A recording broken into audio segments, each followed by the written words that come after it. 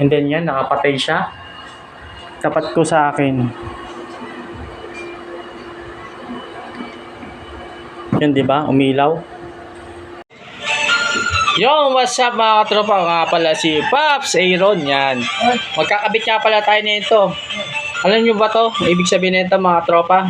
Ito yung on and off sensor switch ng ilaw. Pwede rin on and off yung switch ng ilaw. And then try natin ikabit. And then may tatlong wire siya. Isang brown, isang red, and then isang blue. Ito yung isang blue ay isang common wire. Kumbaga, nag-ano siya sa negative yan. And then ito naman yung sa yan, sa positive. Ganyan siya. Kunwari, hindi. Papakita ko na sa inyo mga tropa. Mamaya. And then kabit natin. Let's go! A few moments later. Alright, nagkabit na tayo ng sensor. Ayan.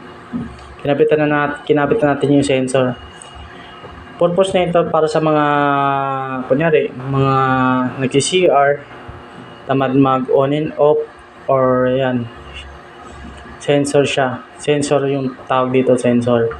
And then ito, may tatlong wire, red, blue, brown.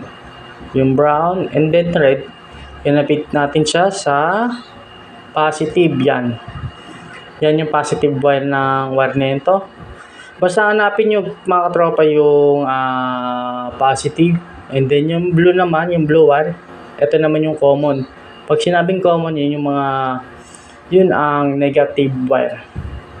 And then yan, nakapatay siya. Tapat ko sa akin. Yan, diba? Ang galing! Ang galing! Nice. Umilaw. Yan. Hirap ang video. And then, hintayin natin kusang mamamatay yan. Yan. Katapat ko sa akin.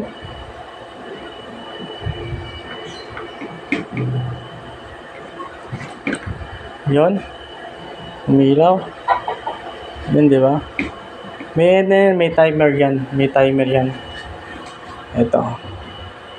Ito yung sense niya. Sense, time, and then night locks yan. And then kung ilang minutes siya, tatagal yan. Kung ilang minutes ang tatagal ng ilaw. Yan. Kumbaga timer niya, sense. Ito yung sense, pampalakas pala ng sense. Yan, sense. Then time.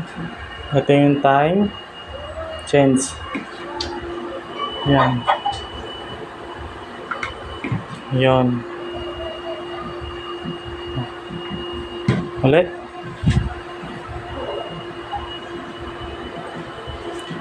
Ilang minutes yan. Yan. And then lalagay natin kamay natin. Yan. Yan, tinapit ko sa akin. Umilaw, di ba?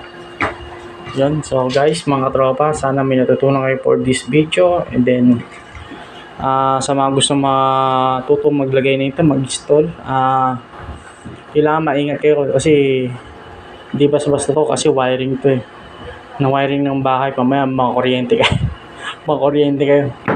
And then kailangan may kasanayan na rin yung maglagay nito.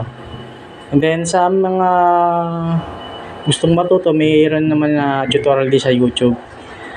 Then hanggang dito lang matatapos ang ating video. And then God bless.